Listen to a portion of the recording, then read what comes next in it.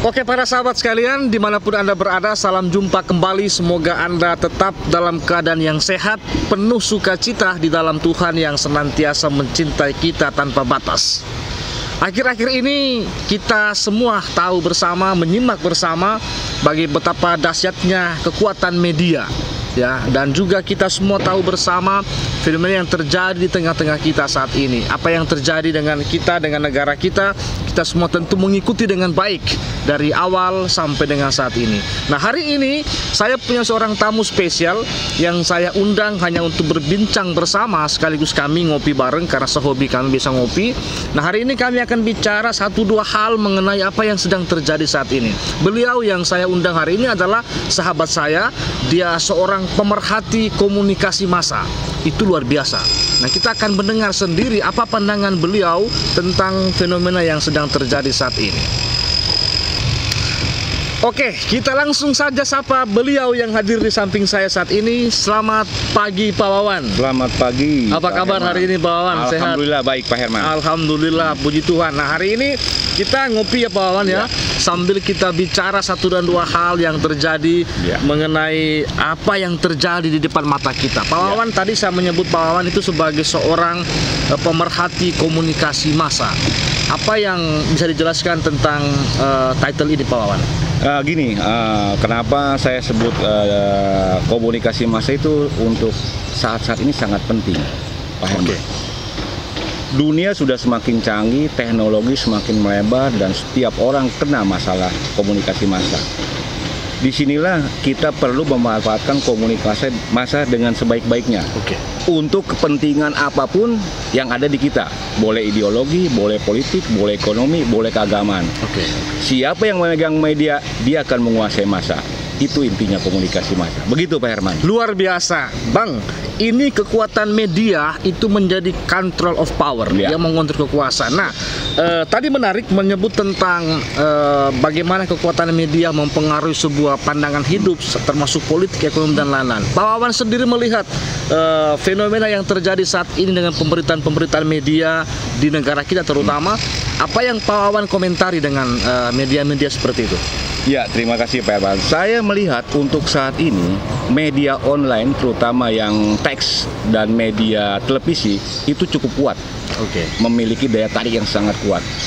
Namun sayangnya beberapa figur oknum media tidak bisa memanfaatkan pesan-pesan atau konten tentang situasi aktual yang terjadi untuk kepentingan kebangsaan. Mereka lebih cenderung kepentingan komersial. Banyak iklan mereka masuk, padahal mereka tidak tahu efeknya itu bisa berbahaya. Saya tidak mau menyebut bahwa berbahaya itu di mana. Mungkin para pemirsa tahu ini berita yang berat sebelah untuk kepentingan A, kepentingan B, karena di belakangnya ada bisnis. Saya berkeinginan komunikasi massa yang disampaikan oleh media online maupun televisi usahakan mempererat persatuan kebangsaan kita. Itu menurut saya Pak Herman. Jadi karena bangsa kita sangat beraneka ragam, maka media sebagai kekuatan yang besar, dia harus menjadi penengah untuk membuat itu menjadi seimbang. Nah, ini luar biasa menarik Pak Wawan. Kita kembali ke satu dua masalah di hari-hari belakangan ini, terutama tentang situasi yang terjadi di Timur Tengah, katakanlah seperti itu. Nah, apa yang terjadi di sana dibawa ke negara kita. Dan nampaknya kita itu terpecah, Pak Wawan, ya. Jadi Pak Wawan bisa melihat sendiri betapa kita seperti dipecah menjadi dua. Ada yang pro Israel, ada yang pro Palestina. Pandangan Pak Wawan sendiri seperti apa? Nah, inilah saya katakan tadi Pak Herman. Semua itu diawali dari media. Media mendramatisir, memanipulasi semua berita-berita di Palestina. Padahal mereka sendiri belum tentu tahu aslinya. Mereka hanya mengutip dari media-media barat. Sehingga terciptalah polarisasi di masyarakat kita. Pada akhirnya ada yang simpati, ada yang tidak simpati. Yang simpati mengumpulkan donasi, yang tidak simpati, untuk apa kita jauh-jauh membela bangsa lain, sementara di sekitar kita banyak yang masih butuh donasi.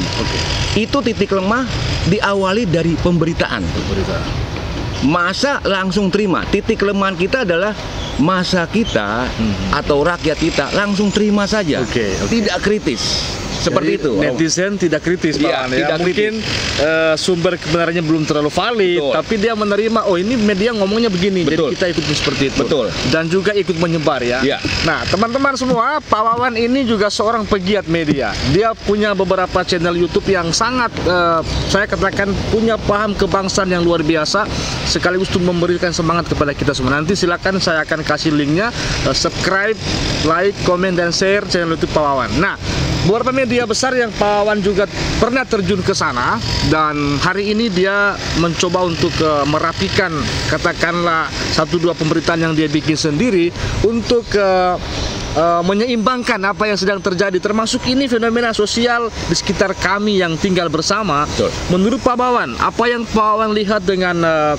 situasi yang katakanlah seperti ada kaum tertentu yang mencoba untuk menguasai katakanlah pasar global saat ini, seperti dengan adanya bangunan-bangunan yang baru dan lain-lain. Iya. Inilah yang saya bilang tadi, pentingnya komunikasi massa. Oke. Mungkin ada segelintir orang, dia mampu menguasai persoalan media massa. Dia buat berita seolah-olah kepentingan dia buat kepentingan dia, sementara yang lain tidak tahu. Sehingga mereka berhasil menguasai massa. Oke, framingnya seperti itu. Oke. Sebenarnya itu tidak akan berhasil kalau massa kita kritis. Oke. Kita lihat, referensi jangan hanya satu. Semua referensi kita perlu baca. Apakah betul yang disiarkan ini, yang diberitakan ini sesuai dengan yang nyata? Oke. Itulah titik lemah kita. Kelemahan inilah yang dimanfaatkan oleh para kaum kapitalisme untuk menguasai massa. Begitu. Luar biasa. Jadi Pak Wawan mau menekankan soal literasi juga. Literasi, ya. Kita boleh giat menggunakan media sosial apapun, tapi perlu juga banyak mencari tahu kebenaran. Betul Terus sekali. belajar, itu yang paling penting. Betul. Oke, Pak Wawan, kita ngobrol dulu, Pak Wawan. Ya, baik. Luar biasa kopinya, Pak Herman. Mantap.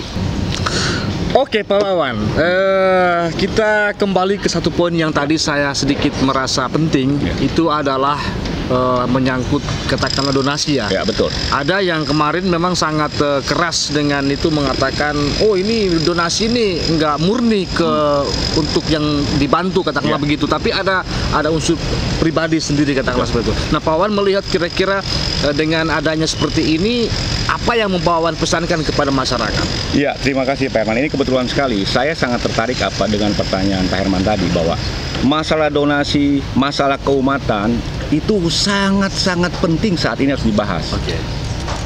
Umumnya Indonesia sebagai negara mayoritas Islam. Oke. Saya melihat mayoritas itu tidak mencerminkan kualitas. Oke. Saya sering melihat di jalan-jalan itu ada permintaan donasi untuk pembangunan sebuah rumah ibadah. Oke. Mereka tidak tahu apakah donasi itu setelah jadi rumah ibadah, kualitas moral dan mental umat kita cukup kuat? Belum tentu. Oke. Masjidnya mewah, jamaahnya kosong. Oke. Begitupun ada di mobil-mobil ada tulisan-tulisan tauhid. Oke. Seperti la ilaha illallah Muhammad Rasulullah. Itu boleh-boleh saja. Tapi apakah hanya sampai sebatas itu? Oke. Maksud saya adalah la ilaha illallah Muhammad Rasulullah itu harus diterapkan, diamalkan oleh umat Islam dalam kehidupan sehari-hari, saling berbagi, saling mengasihi, saling memberi perhatian terhadap siapapun. Oke. Baik dia sesama muslim maupun non muslim, baik dia manusia maupun hewan. Itu kita harus buktikan. Nah, yang paling terakhir global adalah masalah donasi ke luar negeri. Kita banyak mendapat informasi perang konflik di Timur Tengah. Salah satunya Yaman, Palestina. Boleh-boleh saja berdonasi, beramal dan bersedekah. Tapi lihat kondisinya, apa mereka seperti itu? Yang paling penting dan utama adalah kita bersedekah dan memberi donasi kepada lingkungan sekitar. Lingkungan luar boleh saja, tapi lihat konteksnya. Di sekitar kita masih banyak yang membutuhkan. Ya, karena bisa jadi ada kelompok-kelompok tertentu yang memanfaatkan konflik Timur Tengah untuk mencari keuntungan dirinya. Dan itu saya tidak menuduh, saya hanya mencurigai. Karena apa? Islam itu adalah agama rahmatan lil alamin. Terima kasih. Berkah untuk semuanya. Oke, baik. Begitu Pak Herman. Luar biasa Pak Wawan. Ini menarik sekali poin ini Pak Wawan. Sebagai seorang tokoh Islam, saya percaya Pak Wawan juga sebagai seorang pembicara di mana-mana, termasuk di rumah ibadah Pak Wawan ya. Kita selalu berbicara tentang kebenaran tentu saja. Nah, yang menarik saat ini adalah beberapa tokoh, saya tidak menyebut nama, tetapi beberapa tokoh yang kita lihat di media itu seringkali bicara boleh dikatakan sedikit fanatik. Fanatisme penting, tetapi dalam konteks kebangsaan kita ini tentu hal yang dalam kutip itu sedikit berbahaya pokoknya. Nah, Pak Wan bagaimana melihat ini tokoh-tokoh yang seperti ini? Karena bagi saya pribadi adalah jemaat itu mendengarkan kata dari seorang tokoh yang dituai. Kalau seorang tokoh bicara begini, ini kebenaran, kita harus ngikut. Nah, bagaimana dengan tokoh-tokoh yang seperti menggiring kita kepada hal yang justru menyesatkan? Gimana Pak Wan? Yang pasti tokoh-tokoh, terutama tokoh muslim, dia harus berpatokan kepada rahmatan lil alamin tadi. Kalau sebagian tokoh menyebarkan ceramahnya membenci, itu bukan rahmatan lil alamin. Tapi kalau dia pernyataan-pernyataannya menyejukkan, bukan hanya umat Islam, seluruh umat di dunia ini, maka dia menjalankan rahmatan lil alamin. Saya mencurigai tokoh-tokoh yang menggiring sebagian oknum muslim dengan kalimat-kalimat melecehkan atau membenci tokoh-tokoh tertentu, itu bukan murni masalah agama, tapi ada kepentingan politik. Karena berkaitan dengan adanya kontestasi politik yang sebentar lagi akan terjadi.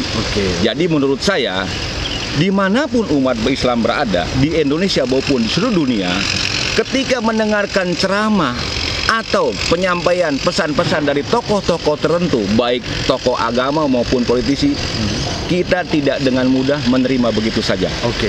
Kita harus kritis, kita harus mencari referensi, dan yang paling penting, isi ceramah dia memberikan kasih sayang kepada seluruh umat manusia atau dia melecehkan atau membenci.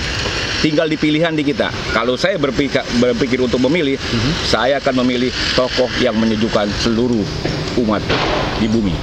Begitu Pak. Karena Indonesia butuh kedamaian.